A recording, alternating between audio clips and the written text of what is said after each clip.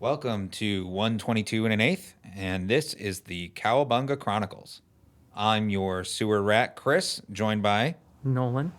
and we are here to explore the sewers of the TMNT IDW collection, and this is Volume 1, Raphael.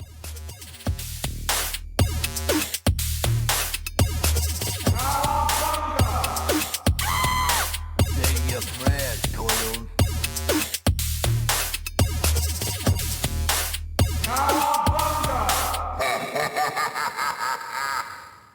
Awesome. So excited to be here, Nolan. This is our first time doing this, but we are just super excited to do this project together where we read through each of the volumes once a week, sit down, talk about what we liked, what we didn't like, what we're hoping for, all leading up to that relaunch of the series with Jason Aaron at the helm. Yeah, I have always wanted to read the IDW Turtles, but I had just never gotten around to it. But as soon as I heard Jason Aaron was going to be writing them, I pretty much immediately started reading the IDW Turtles. And we've talked a lot about how this is really the definitive way to read the IDW Turtles series.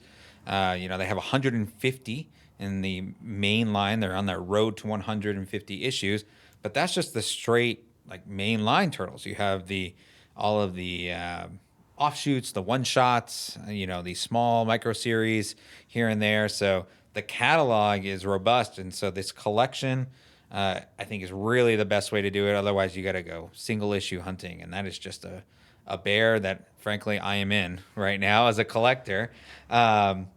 But seeing it all collected in this volume, I think they're getting up to 15 coming out, and there'll probably be 16 to really round it out. I think 16 is coming out in July, and there'll be at least one more after that. Man, even 17. Wow. So let's get right into Volume 1, what we've been reading. And we're going to try to talk about how these are going to work, and we're going to try to talk about what's happening in each of the issues, as well as what we liked and didn't like along the way, our commentary. So first off, spoilers throughout, right? But also, we think that this could be something that people can enjoy in years to come as they're rereading the IDW collection or finding it for the first time. They can listen to this podcast, find out if they want to read it, or listen to it as they're reading it. I think it'd be a really fun thing to just have out there. Yeah, it's a great read. I mean, spoiler alert, it's a great read and you should read it. But, yeah, that was a bad take. Whatever. That's Nolan's hot take. Yeah. It's a great read. Yeah. I mean, I'll second that with a little bit more commentary to it. And I'll say that this is properly the first omnibus I've ever read. I've read comics. The Last Ronin got me back into that. I've loved the Turtles since I was a kid. I've collected them for a number of years now. But this is the first omnibus I've really sat down and read. And there are some points in here, we're going to get into it. There are some points in the art style that gives me the same level of pacing and anticipation and suspense that I have gotten and felt from feature films that I've really enjoyed. So it's really sucked me in down into the sewers, as they say. Yeah. Yeah, it's a great read. Awesome. I'm excited to read all of it eventually. Eventually, we're going to get there. Yeah. So issue 1 opens up. We've talked about this a bit off mic, but it's kind of a little bit of a jarring start. We when you go into reading the Turtles, you think of all four, plus Splinter, right? And that's not what we find in issue 1. We find that we have Splinter, we have Leo, Donnie, Michelangelo, all on the hunt for their brother Raphael. And I thought that was a little jarring, but really interesting choice to really pull you right in.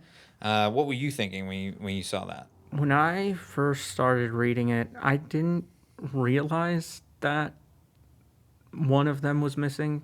I probably should have, but they all wore the same bandanas, and I just I expected them all to be there, so I kind of just, my brain filled in the gaps, I guess. But once I realized that Raph wasn't there, I I really liked it. I thought it was a really interesting new take. I I don't know if they've done that before, I don't but think they have, but you just brought up a really interesting point, though, with the all red bandanas. That is the original way.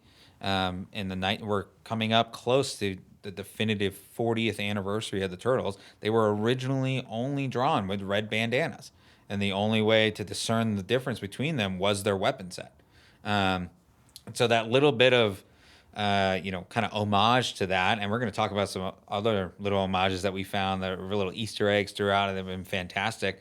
But yeah, that only red bandanas thing started all the way back in 1984 with the first one. So that was kind of neat to see from the super fan, so to say. yeah, I liked it. It was an interesting. I've not read the original, and in all the versions I've experienced, be it show or movies, I don't think have done all red bandanas, but Yeah.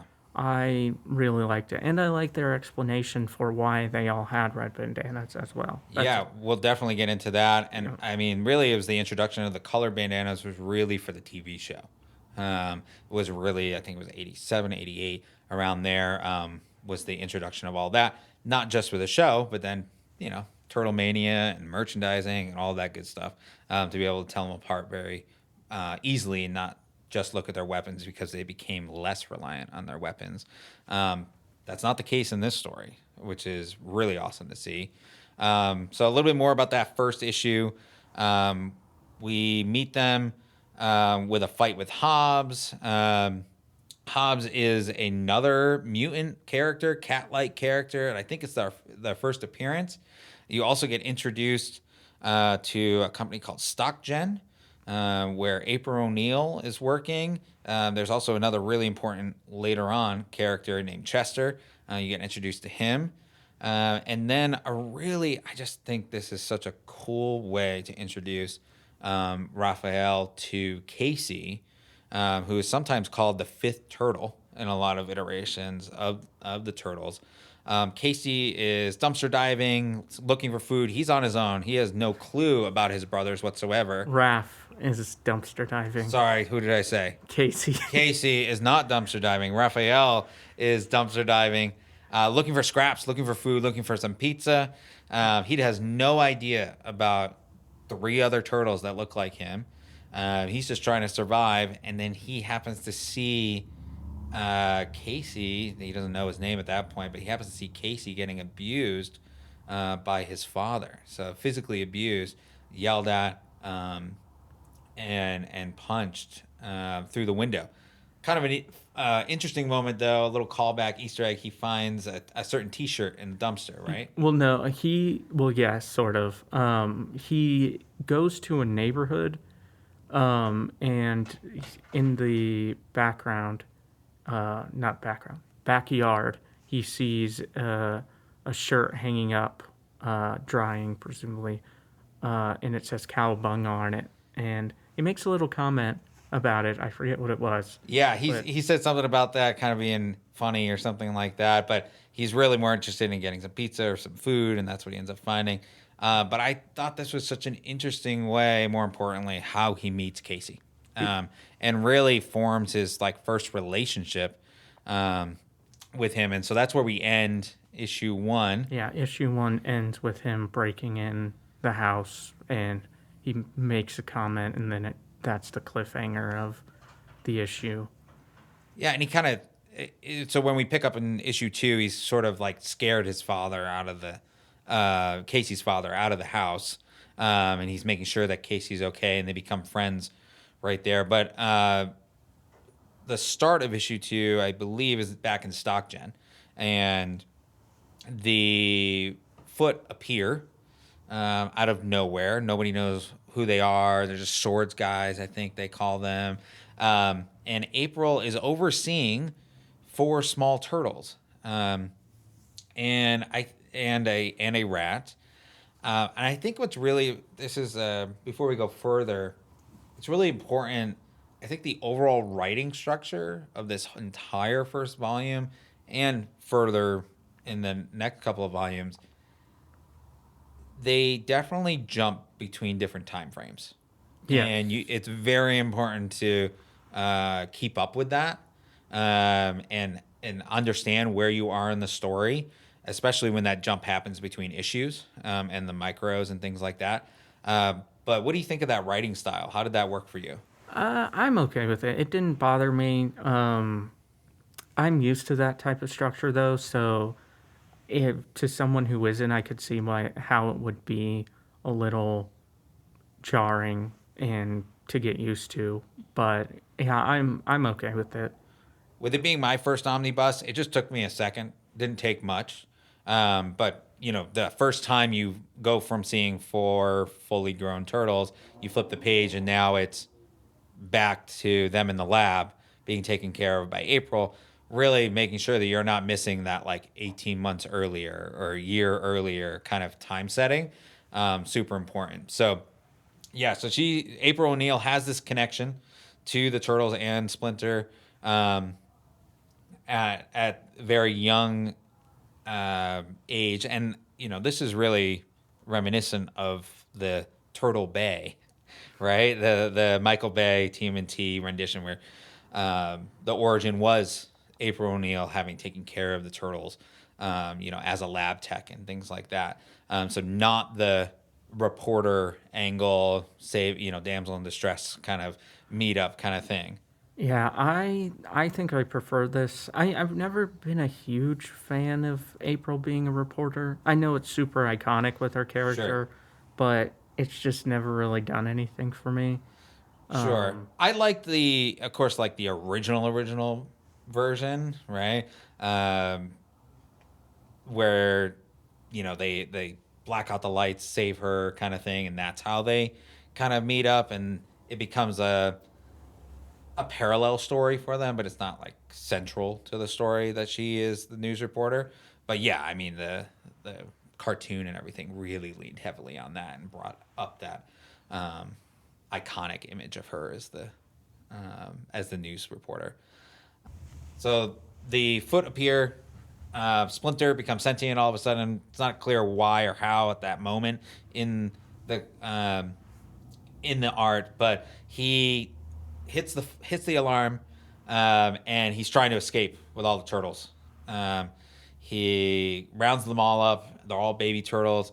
He really wants to protect them, but then a cat mutant figure shows up to try to attack them. I think at that point, he is just a cat. It's not. I think it's just coincidence a cat shows up. Yes. It's also worth mentioning that prior to the attack or during the attack, I don't quite remember, Splinter tries to give April a data disk. Oh, that is important. Yes. That is important. And it ends up being destroyed, but That's that first like sentient interaction kind of thing. yeah, because he had apparently been running around the lab, and April previously thought it was gross that a rat was just running around, but that, I think, is the first time she really started feeling differently about Splinter. Right. And then, yeah, Splinter escapes, and Hobbs picks him, attacks, and then gets scratched by Splinter. Right. And that's also when they first interact with, where Hobbs interacts with the mutation as well, like with the mutagen. Yeah. As well. And it's during that fight. But during that kind of getaway where Splinter's trying to save 3 turtles, one gets pulled away. That ends up being Raphael. And that explains in issue 1 why you're only seeing 3 brothers in Splinter and Raphael out on his own, as well. So hopping back kind of the current day, now you know why he has, Hobbs has that eye patch, right? And why they're still looking for Raph. And then once we hop into issue 4, this is where things start to really come together, I think, and pay off, right? So in issue 4, we have Casey and Raph really become brothers, right? This is Casey and Raph's really first connection, and frankly, really their first family to each other. Yeah. That's really connected.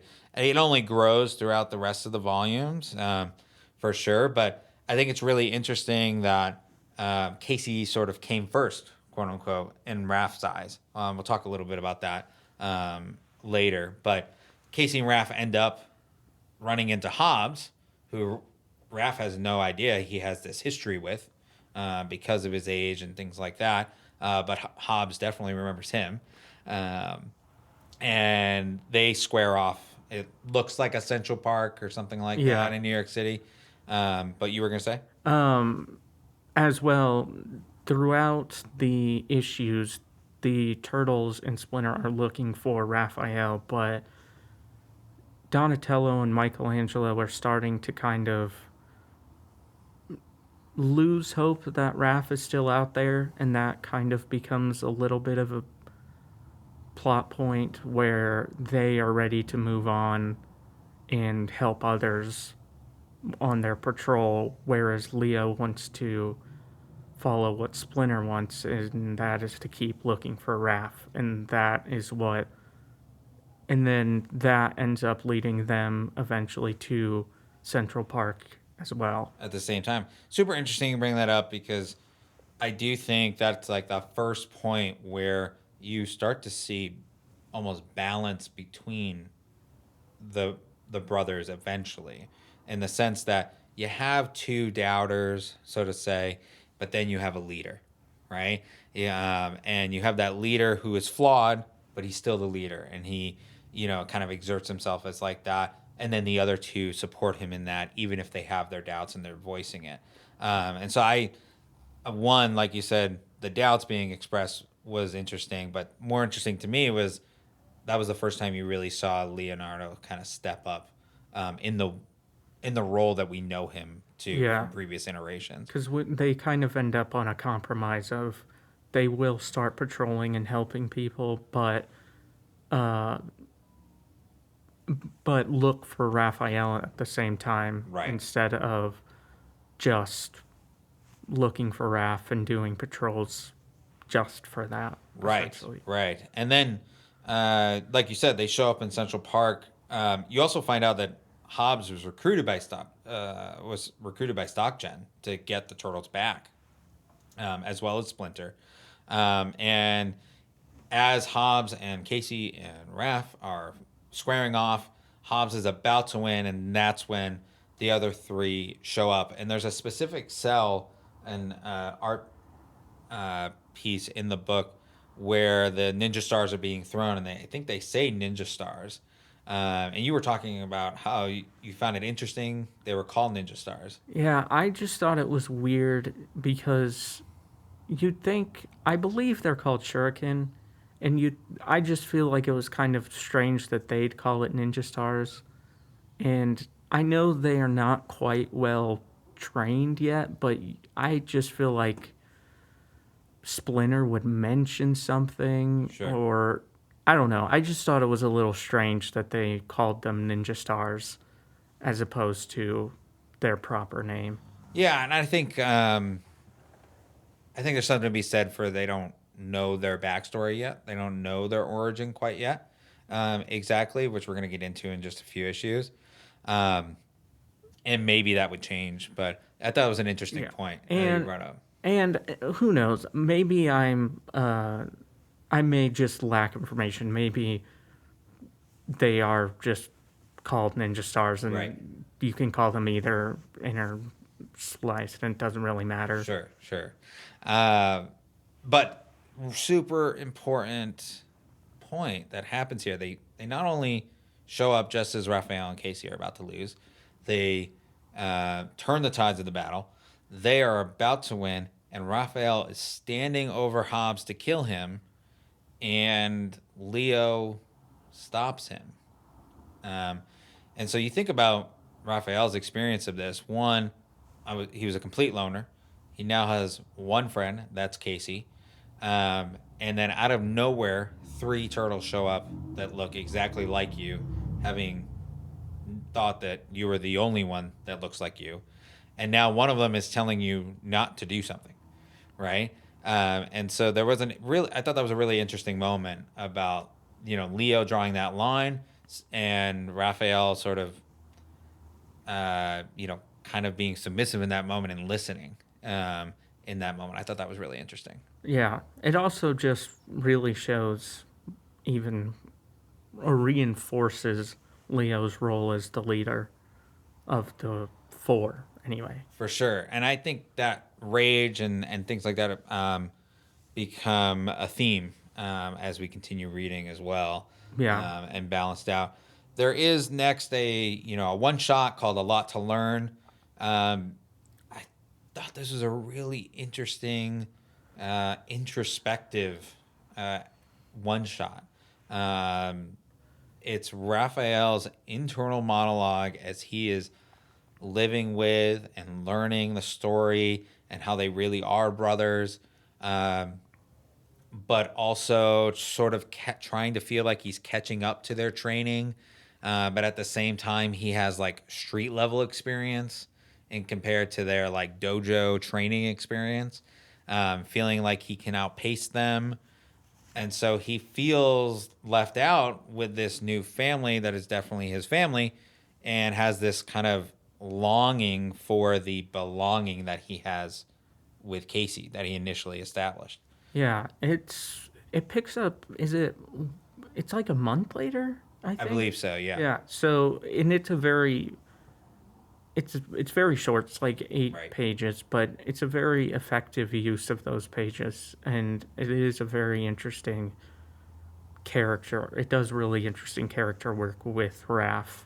Um, yeah, I really liked that little 8-page Yeah. one and shot. Again, not to harp on it too long, but just that duality that quote unquote Casey came first is super interesting and very different. And so that loyalty is there, all along. I think it's great. Yeah, and I think now's as good a time as any to mention that I've never really been a fan of Raph or Casey. I know Raph is a lot of people's favorite turtle, but he's Sure. always been my least favorite. He's never resonated with me. Leo's always been my favorite. But yeah, this has kind of, at least as of now, really changed my feelings on Raph. He's not my favorite still, Sure. but I actually genuinely like him, and I feel like his behavior is a lot more earned. That's interesting. Yeah, earned is definitely what I feel. Now, what my running joke has always been when somebody asks me what's my favorite turtle, I respond with, well, the best turtle is Raphael. And I say that only because in the 2007 movie, Raphael actually breaks Leo's katanas in a fight, and he bests Leo, right? I think that's my favorite just because of that little misunderstoodness to him that resonates with me. I think Leo, while there is that leadership quality in him, can be a little over emotional in some of the iterations of the Turtles. And I think that's a little bit tougher for me where I would prefer Raphael. But yeah, Leo's that close second for me. And Casey, he's just never been a character that has done anything for me. He's always just kind of been the cool guy. That's really it. You know. I think he just hasn't had that backstory, right? And so the way they've pulled him in with this backstory and connected him even more closely to Raphael, just like you said, feels earned in a lot of ways in their interactions, especially in the next couple of issues that we're going to talk about. He feels very much. He feels closer to, say, like the 2012 show. Sure. Yeah. So, and they came out around the same time, so they probably didn't like purposely have them be similar. Maybe they did. Who knows? Sure. And I like the 2012 version enough, but this one, yeah, I think they've made him, with his backstory and with his family, and the way he connects with Raph and even April, is so much stronger, for me anyway, than any other iteration that I've personally experienced. So far, right? So Yeah. we got to get into the issue 5 here, though, because issue 5 is a heavy one. That's Yeah. a doozy. We talked about that. It's an intense issue. We start with that training sequence. Raphael's getting impatient, really getting frustrated, really wants weapons. He thinks he's earned that. He thinks he's bested all of his brothers. He's earned that. And this is where we get a peek. We start to get a peek into a backstory. They don't frame. You can kind of surmise that it's connected to the Turtles, and especially if you've read any previous iterations of the Turtles, you know that it is. But still unsure how they link. How are these two things linked together? So you hear the story of Hamato Yoshi betraying Haruko Saki. You hear the story of part of the story being Hamato Yoshi kills a foot that killed Shen, his wife, and Shen's dying promise is that Yoshi does not kill Saki, and so he flees with his sons, his 4 sons. Is it? I can't recall. Is her dying wish for him to not kill, or is it just to not let revenge fuel him and prioritize the safety of his kids? I think it was both, but I think what was central was to not kill Saki. I think, and so he flees with all 4 boys out into like the Japanese farmland and to hide from him. And what leads to his betrayal is Hamato Yoshi. Which one is that? Yeah, that becomes Splinter. Yeah. Yeah. Okay. Yeah. He does not like the direction the foot is going because they want to. Oroku Saki, who is now the leader, wants to send them to just seemingly massacre a village or something like that. Right.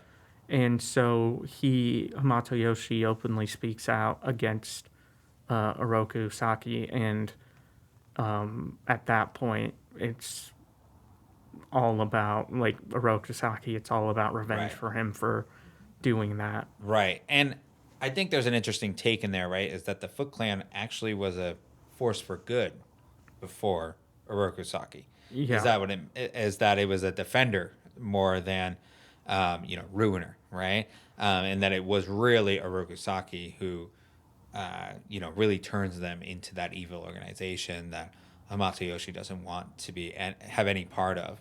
And a little bit later in the volume, we start to learn more about what they were before Oroku Saki became the leader. Exactly.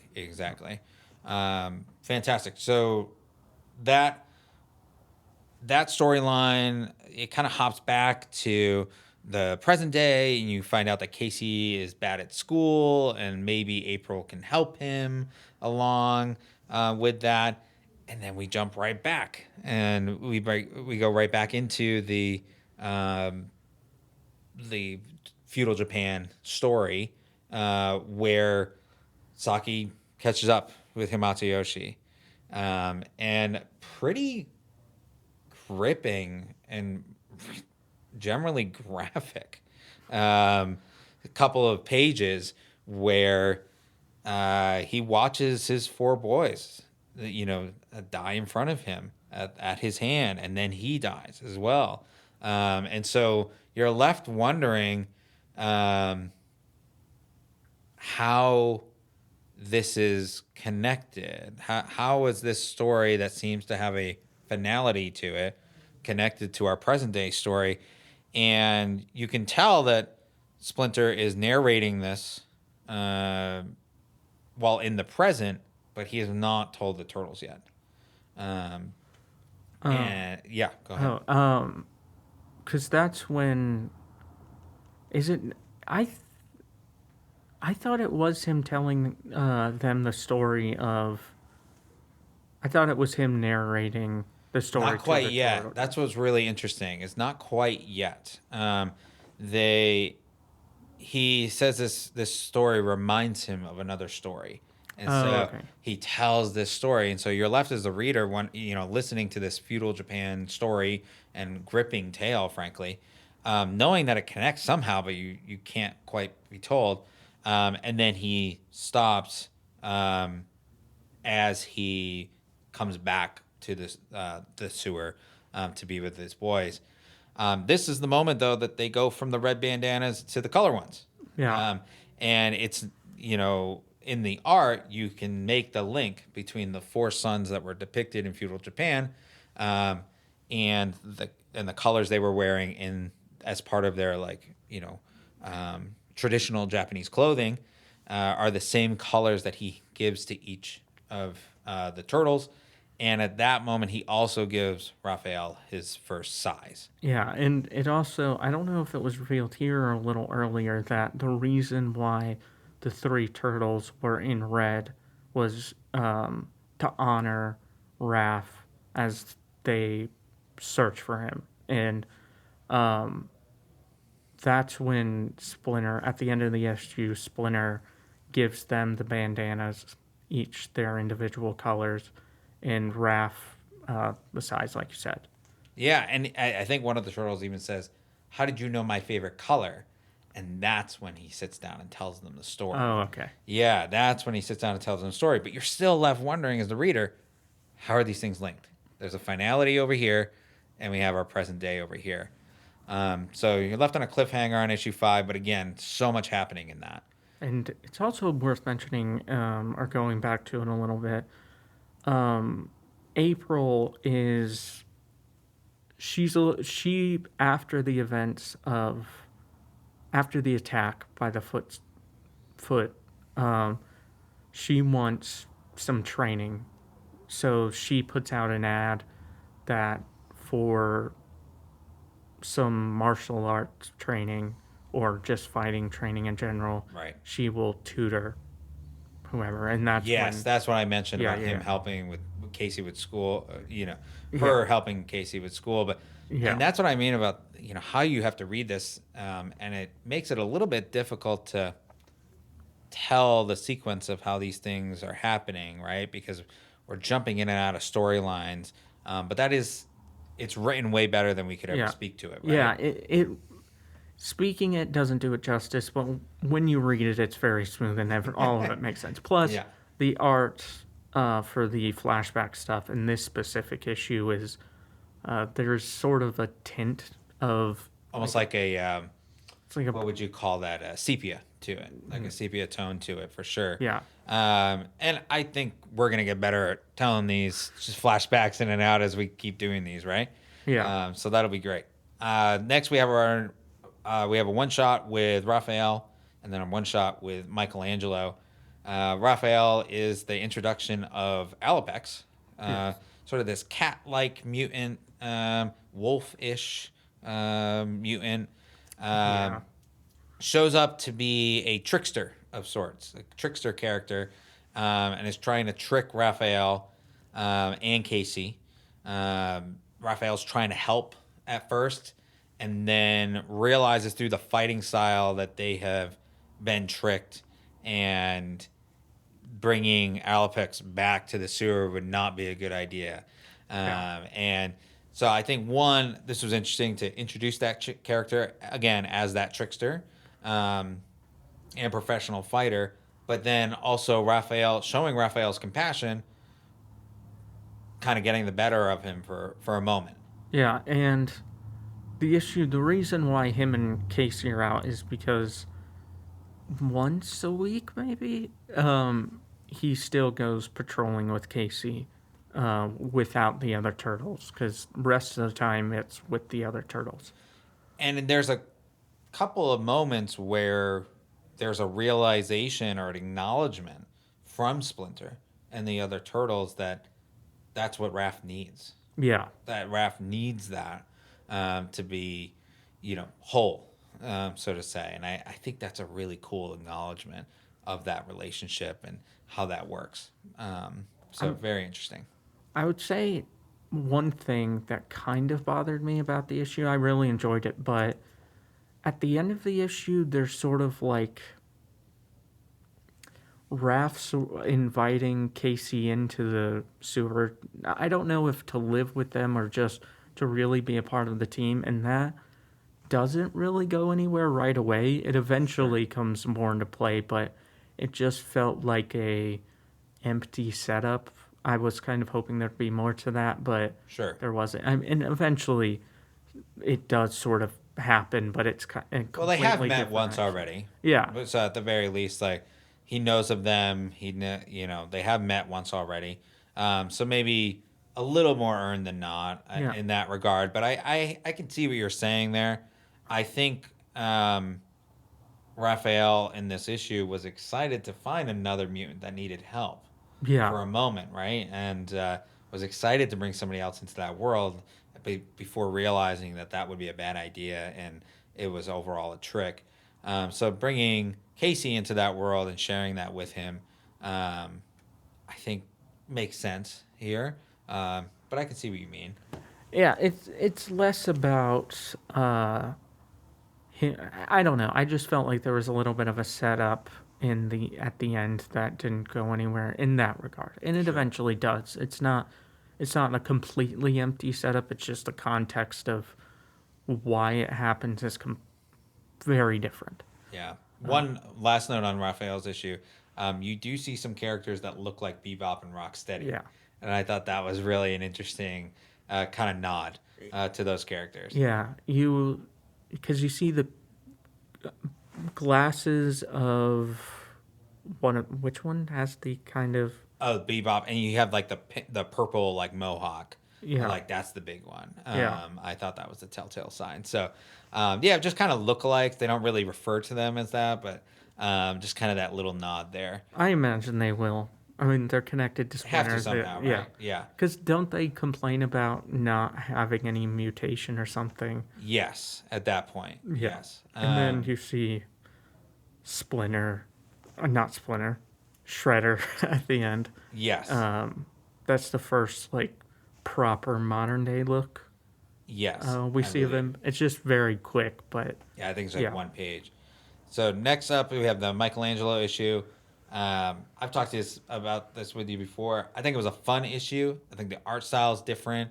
I think it's sort of a homage to like a different time of comics and storytelling.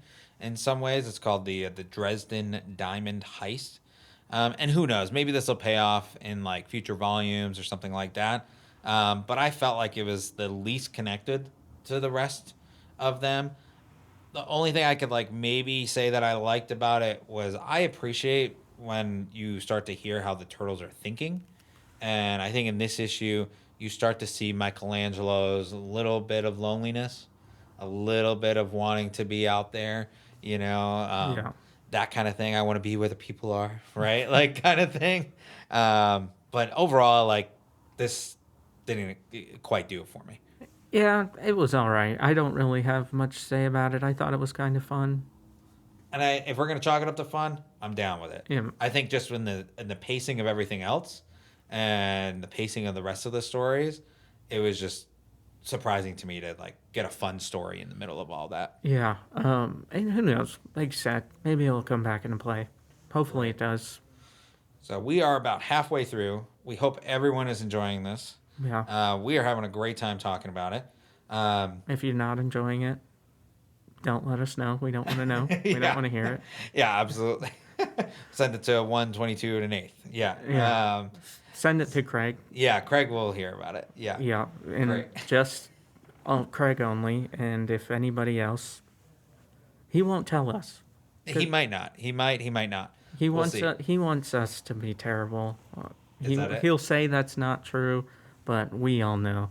We know his Deep down. Yeah, we know his dark intent. Okay, we're gonna power through these. I think we're getting even better at this as we go. So I hope you all are enjoying. Stick with us through the last few issues, and we will Well, stick with us through the last few episodes as well, but that's still a long time. in the works. Yeah, issue 6. This is the first time we're really seeing the Foot's ability. I think you're seeing the Foot swarm in this, and they're chasing a French ninja who doesn't really make sense. At this time, I think it pays off in a future volume, frankly. Yeah. But the turtles are really debating whether or not they should get involved in this and whatnot. And this is the first time we see Raph jump in to help without the support of his brothers. He jumps in to help, they all follow, which I think is always a fantastic theme of the turtles, that even if one jumps, they all jump kind of thing. But at that moment, they were still debating, and Raph jumped in. This issue is also where we find out how that feudal Japan story connects to our current day turtles, and that is through reincarnation. Nolan, tell me how you feel about that. I actually really like it a lot. I think it's really the best of both worlds. You get both origins put into one, or both primary sort of origins Sure. of him not mutating into a rat, starting off as one, while at the same time being Hamato Yoshi and having that connection to Orokusaki. With my background, reading the Turtles, reading the first issues, having a third and fourth print, the idea of Hamato Yoshi, mutating into Splinter, or even the first movie's iteration of, Splinter being Hamato Yoshi's pet rat, right, and then morphing. That was what I was expecting, and so when I got reincarnation, when I read this, it took me a minute to swallow it, right? But once you get past that, I think it really starts to make sense in a lot of ways. They're able to tell a full fleshed out story on the before the reincarnation, and they get to tell a story after the reincarnation. They don't have to connect all of it all the time, if that makes sense. And at that point, in previous iterations, the turtles were not his children, like his blood children. Correct. Right? So this is Yeah. the first time. I think that was I really like that change. I think it really deepens their connection, and especially, I think it, not that Splinter doesn't love him no matter what, but I just think it has Splinter a lot more protective over them. Sure. And I really like that connection. And I like that the reason their bandanas are the colors Colors they that are. Yes. is- And they also link it to, it wasn't just the reincarnation, Splinter waking up, having died in feudal Japan. The next thing he knows, he opens his eyes, he sees four boys in front of him. He has this feeling, he has an aura of goodness at the lab. And with Casey, I think is some terms that he uses. But it then is the mutagen on top of that creates them, turns them into who they are. Yeah.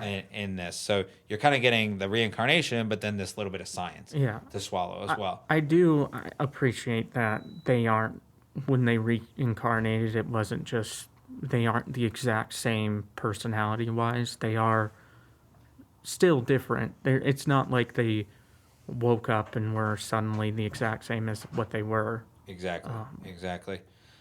We also, in this issue, see Hobbs thrown into a cell on a second strike, quote unquote, from Baxter Stockman at StockGen. Don't know what to make of it at first, but this is the introduction of Mousers. So an interesting thing about the Mousers for me personally is that was always one of my favorite episodes of the original cartoon, was when the Mousers show up at the zoo, right? And then when I got into collecting, the old Mirage run. I had this stack of comics that I bought at Midtown Comics in New York City. And I got a fourth printing issue 1 for $5 back in 2008 or something like that. But this little stack came with me forever. And it was about 3 years ago or so. I was like, it'd be kind of cool if, what are these worth? And, it'd be kind of cool to finish the Mirage run. And it was actually a first printing of the second issue of the Mirage run. I got slabbed at, I think it was CGC 9.4, 9.2. that cover specifically has a Mauser cover on it. And it was the first appearance of April O'Neil as well. So I love the Mauser like idea and everything like that. I thought it was so cool to see that introduced in this. And then they decided to turn Mausers into a acronym, which stands for Minefield Ordnance Unarming System Enhanced Robots. I wrote that down specifically because I just thought it was hilarious. That's something that was created maybe 30, 40 years ago, 35, 40 years ago, now has an acronym to it. Yeah. So that's my piece on Mausers, and that rounds us out for issue 6. Yeah. I don't have... Mausers are cool, I guess. Mausers are cool to Nolan. Yeah. They're pretty cool to me. Yeah. Awesome. We have next up we have Donatello. It's another one shot. This is the first time you're really seeing like the evil of Baxter Stockman, sort of strong arming scientists into helping him, doing his bidding. But you also see Donatello is that nerdy one in chat rooms and whatnot, which you think about when this issue came out, right? Like that was like a different time on the internet where like the internet was quote unquote like fun, more, where it's not ads thrown in your face at all times, right? Really funny thing though is that he meets up with a scientist whose handle is Kirby Fan 01, which I found absolutely hilarious. Did you pick up on that when you were reading it? Yeah, I thought that was fun. My favorite thing about that, so that's obviously a reference to Jack Kirby, right? And the original first issue of the Turtles was really sort of a farce in a way. They didn't think they would ever take off. And so they just wrote this fun story. Anyone that Eastman and Laird showed it to never thought it was going to amount to anything.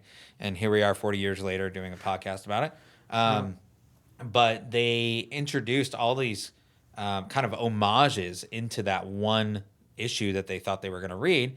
But it was these homages to Jack Kirby, to Frank Miller, which is why we have, the hand in Daredevil analogous to the foot in TMNT, and then Splinter analogous to Stick from Daredevil. All of these little references I think were really fun. So to see that show up here in Kirby Fan 01, I think was his name. Jack Kirby? Yeah. Is that what you're thinking Yeah, about? with that reference to Jack Kirby. I thought that was kind of fun. I didn't think of Jack Kirby at all. I thought of like pink. Oh, Kirby. Circles. I did for a second, actually, as well. I thought of that, too. I'm like, oh, that would track for Donnie, right? Like the gaming and things like that, too. Really important thing from this issue, though, is the mutant tracker, right? Escaping via the gauntlet, and you have the mutant tracker, right? And Donnie making friends with that scientist that I don't recall the name of. We can call him Kirby Fan 01, Okay. I think. Yeah. Kirby Fan. He has a new name at the end, but who cares? Yeah. He's Kirby.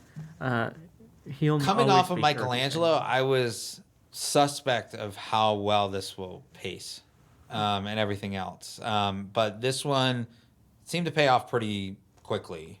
Going right into issue 7, you are introduced to Krang. It's our first like formal introduction. You get like hints of Krang throughout, that there's like a bigger being or a bigger bad, so to say, throughout. But he goes directly to Burnnow Island, which is this like secret stock gen headquarters. And he is looking for Baxter Stockman because he is not delivering on what he said he would deliver. And you haven't, at this point, they have not shown, like, Krang, the pink brain type Krang. Right. We only see this sort of robot. Android-ish kind of figure. Yeah, for sure. We also, catching back up with the Turtles, we start to see the Turtles starting to come around to this idea of the reincarnation being a thing. Yeah. All right. I don't know about you, but I haven't been told lately that I'm reincarnated and need to come to terms with that. But I could imagine that being a little difficult. I get told that all the time. All the time? Yeah, I find it pretty easy to accept. Okay, got it.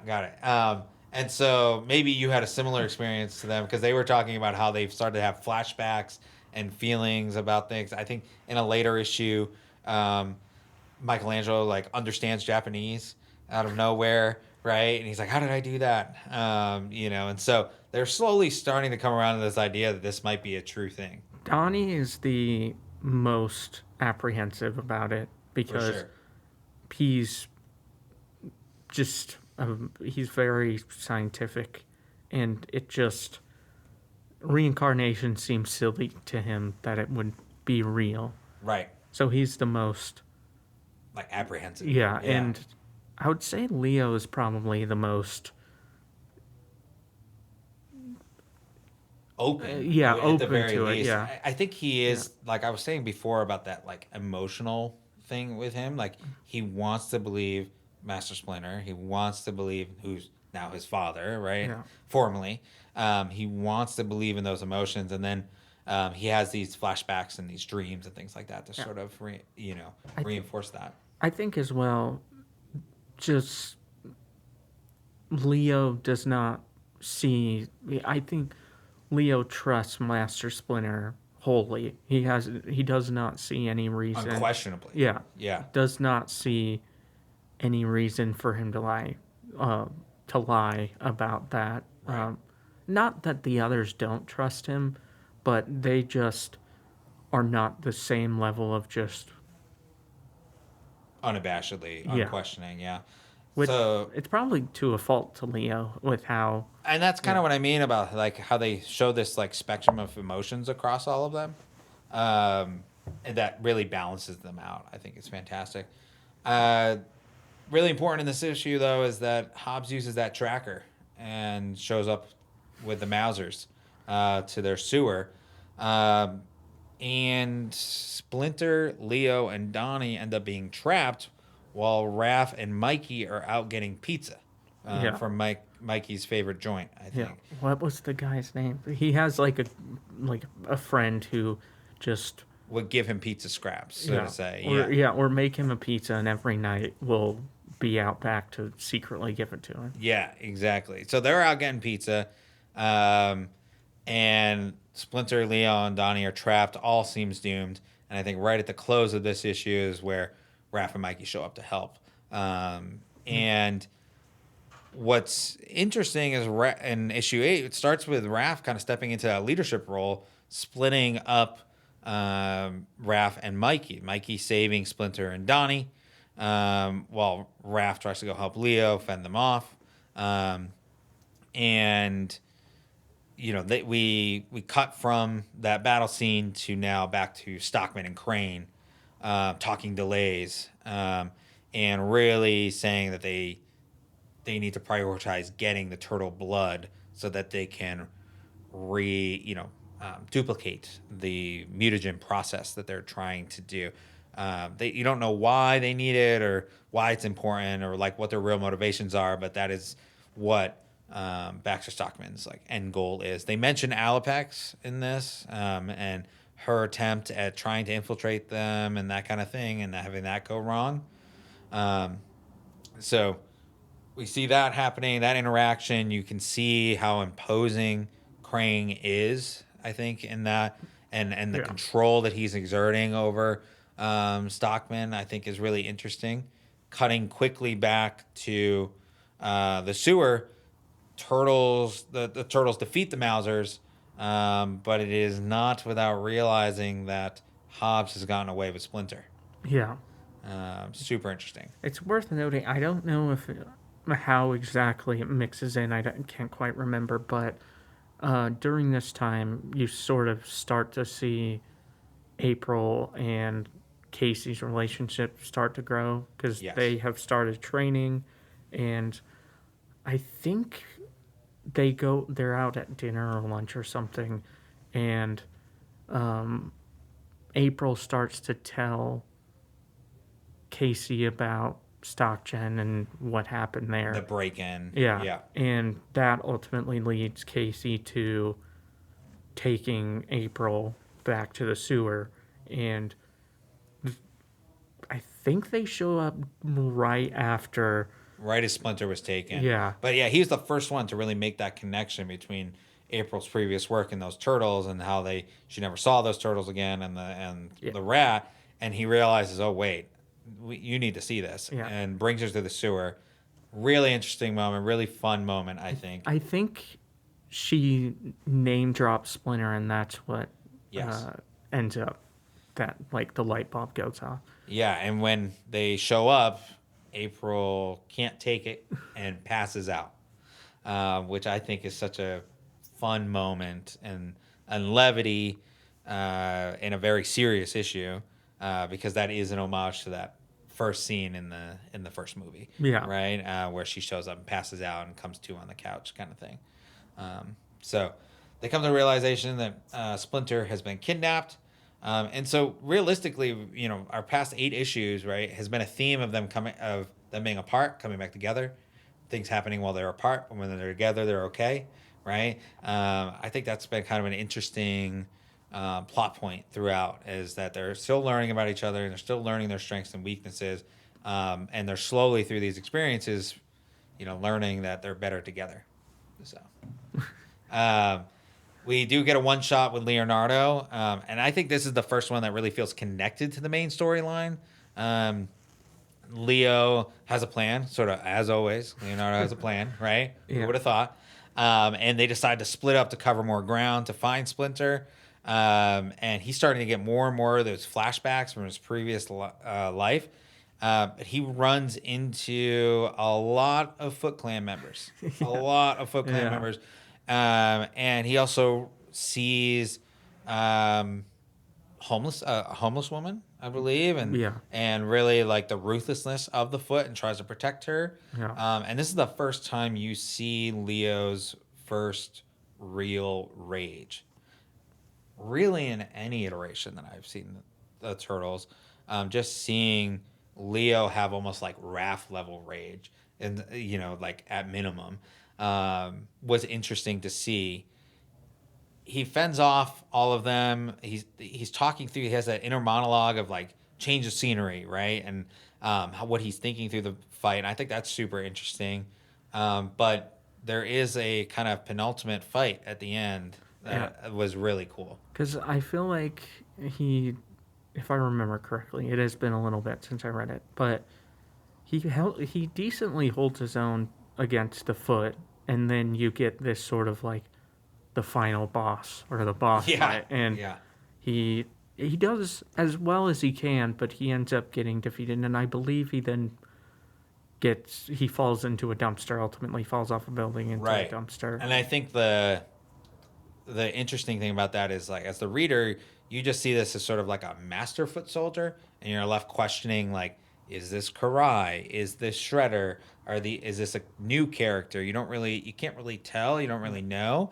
But I think that last line, when he like sidekicks him, I think off the building, he's falling, and he says, "Unimpressed." Right. I feel like in hindsight, it's very obvious who it is. Right. Right. Exactly. But we are only 3 issues away from getting there. Actually, so issue 9, April comes to. She comes to terms with everything that's going on. And we find that Hobbs has Splinter caged and strapped on a gurney to get that, elusive mutant blood. Interesting to note that Chet is there. I keep dropping these hints and that kind of thing, but I think that's more for next episode. Yeah. But Chet is kind of in there in the background all along. So there's a really interesting kind of timing things going on. So, Stockman's already on thin ice with Krang, right? And Krang and Stockman are now on the way to see Splinter, who they know is strapped on the gurney, or at least Stockman knows is strapped on the gurney. He's told Krang, we got him. Donnie is able to rewire a Mauser as a distraction for them to be able to break in to Burnow Island, I believe, or Stockgen. Stockgen, because he rewired it so they knew where it was going. That's right. That was That's right. And they used that to break into StockGen to be able to break into Splinter's cell and be able to get him out. So by the time Krang and Stockman arrive, Splinter and Hobbs are gone. And the turtles aren't able to find them either. yeah. And apparently, Karai has entered. Now, Karai goes all the way back to the Mirage run. I believe it's issue 52 of the Mirage run. Very late issues. And Karai is that descendant of Shredder. And carrying the mantle of the Saki tribe. Clan, rather. And presents Splinter to Shredder to ask what should we do with him. The Turtles are still on the hunt looking for him, and that brings us straight into issue 10. Anything on issue 9 you wanted to mention that you enjoyed? I'm trying to think. There was something, and it's completely blanked my mind. I personally enjoyed that, like how the Foot have entered the equation. Yeah, and Right. it is worth mentioning Casey is helping the Turtles to get him back, and April's out sort of just keeping watch. But wants to be involved. Yeah. But like being told, no, don't worry about it. We got it kind of thing. Her being a lookout was sort of the compromise. Right. Right. And I think Chet was there, and he was in the room when the Foot came, because is it revealed in this volume that So it's not nothing is revealed about Chet but in this volume, but the didn't the- Foot. I thought they revealed that he was working with the Foot this volume. I'm not sure if that is this volume. If it isn't, It'll be he okay. didn't. He didn't. He didn't. He Yeah. just didn't. Yeah. But he does have to relay this to Stockman and Krang when they show up. Yeah. Right? That he was here. The swords guys came in. I think he calls them the swordsmen or something like that. And now Stockman's on even thinner ice. Right? Yeah. Cut to what I think 10, the one shot, 11, and 12 pay off so much for this volume and really round it out in such a great way. We land with Shredder and Karai in front of with Splinter in front of them, and they free Splinter to fight for his life. Basically, that he needs to kill to survive. And the Turtles are now slowly starting to begin to put it all together, as Splinter had told them before. Splinter defeats his first test, but he does not kill him, refuses to. And now this is when, we talked about Krang and Stockman, and that contentious relationship. This is when they show up at StockGen to find that they're not there. Flashback quickly to Splinter refusing to kill. Karai is demanding it. And Saki and Yoshi finally realize who each other are in that moment. I think that's quite a moment for both of them to realize what is going on there. And at Shredder's order, Karai attacks Splinter. And I think that's where that we kind of seen, so to say, for issue 10. I think, is it just Karai, or is it the whole kind of Foot to attack? I believe it was Karai to attack and take him, but I do believe, yes, there was some Foot. Now you say that, but he defeats the Foot and gets to Karai quickly. Yeah, or maybe it's Karai, because I think the cliffhanger of the issue is Shredder sending the whole Foot after him, and then that's when you get into the one shot. Right. And Splinter in this is really that internal monologue of him controlling his anger, expressing his discipline. And they flash back to feudal Japan, where his master sends him out alone to meditate. And so you think it's all about him controlling his anger and his feelings and things like that. but it's actually how he ends up meeting Shen, Yeah. his now late wife. It's sort of both. Yeah. It's how he controls his anger while also meeting his late wife. And that meeting and marriage really balances him Yeah. in a lot of ways and grounds him. And we also, at the end of that, see again how he did not join Saki and pays the ultimate price. Because you also see some of Saki and sort of Saki's jealousy towards him. So the feud is not a new one. It is Right. one that's been building and escalating, and that was just the final kind of nail in the coffin for that relationship. But this issue I really liked, but I was talking to you earlier before we were recording about it that I feel the inner monologuing of the issue before, which is what, issue 11? 10. And then the inner monologue for Splinter doesn't quite match up where he is in the one shot. Like the fight sequence. Yeah. Well, his inner monologuing, it's the same part, but it feels like he's having two different inner monologues, and it's just kind of jarring. It's very clear that two different writers wrote it. Sure. And it doesn't quite line up. Like, the Leonardo one shot really lines up well, and this one just didn't line up the same. It's not the end of the world. It just kind of bothered me, took me out of it.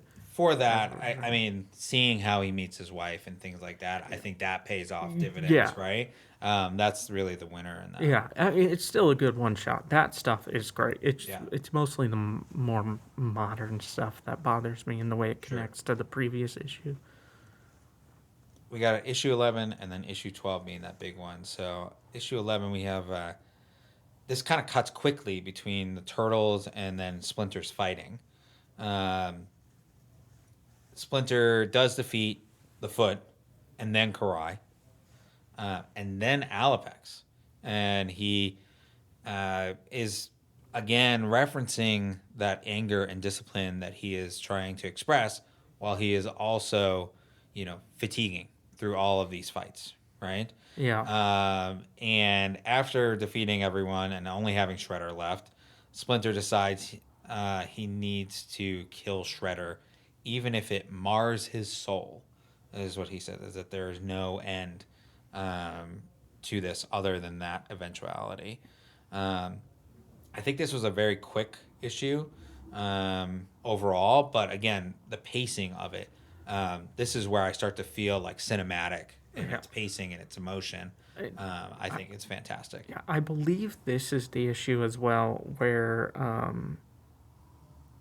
as the Turtles and Casey and April are searching for Splinter or any clues as to where he is, they run into the Purple Dragons. The Purple Dragons, I believe they're called. Yep. And they kind of establish there's a connection between them and Casey, or at least one specific member who I can't remember her name, but and that comes into play in the final issue, right, of this volume, for sure.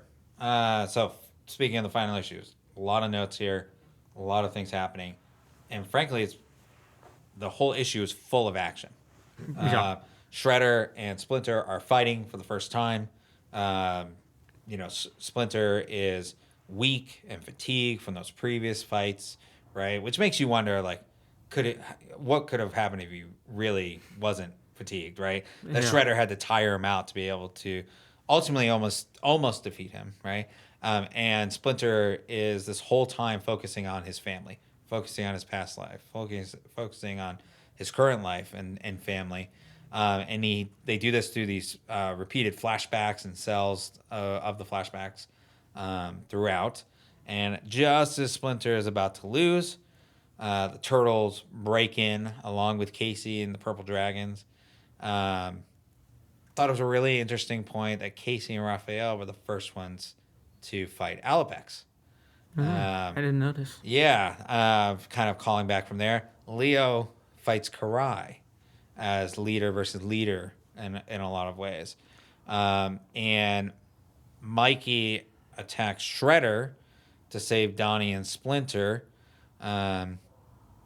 Through at one point in the fight, just kind of on his own to try to save them, because Donnie's trying to pull Splinter away, and then Leo saves Donnie, right? So you have all of these competing things happening at the same time. Hard to explain, but this is truly, if we were talking about this theme of like the worst thing seems to happen to them when they are separated. Right, the worst of the worst seems to happen when they're separated, but then when they come back together is when they're best. And Splinter is begging Leo to fight as one, and it's at this point that it's revealed that Leo's loss to that master foot soldier was actually to Shredder. Yeah. And at this point, all four of them coordinate an attack. Good writing, of course. I mean, they not only do they win with a surrender, but Leo says that he is unimpressed to him. Yeah. So they leave him. They leave Shredder. They feel like they've defeated him, and we cut back to Stockman as he kills Hobbs. At that moment, I think he ends up coming back eventually in some other form, but and the cliffhanger of the first volume is Krang drugging Stockman to kind of haul him away. We don't know where that goes or where that ends up, but that is our action-packed 12th issue. Yeah. What are your thoughts there?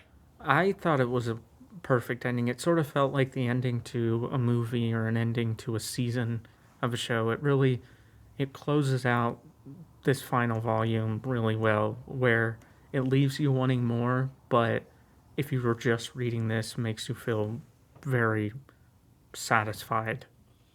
Yeah, like I said, as this being my first time reading an omnibus in proper, right? To have this type of ending to the first volume did feel that cinematic. I've said it a couple times now, but like that suspense, that thrilling nature to it, the animation style, really felt dynamic in a lot of the ways, especially in those fight scenes with the archery from Karai and Shredder and Splinter going at it. Just paid off in dividends. Everything that you want to see from the Turtles as we start. So that was our first episode of Volume 1, Raphael. How do you think we did, Nolan? I think we did all right. Yeah. Could be better. Cowabunga? Could be worse. Yeah. Yeah. Well, we appreciate you all for hanging in there to the very end. If you're hearing this, we can't thank you enough for listening.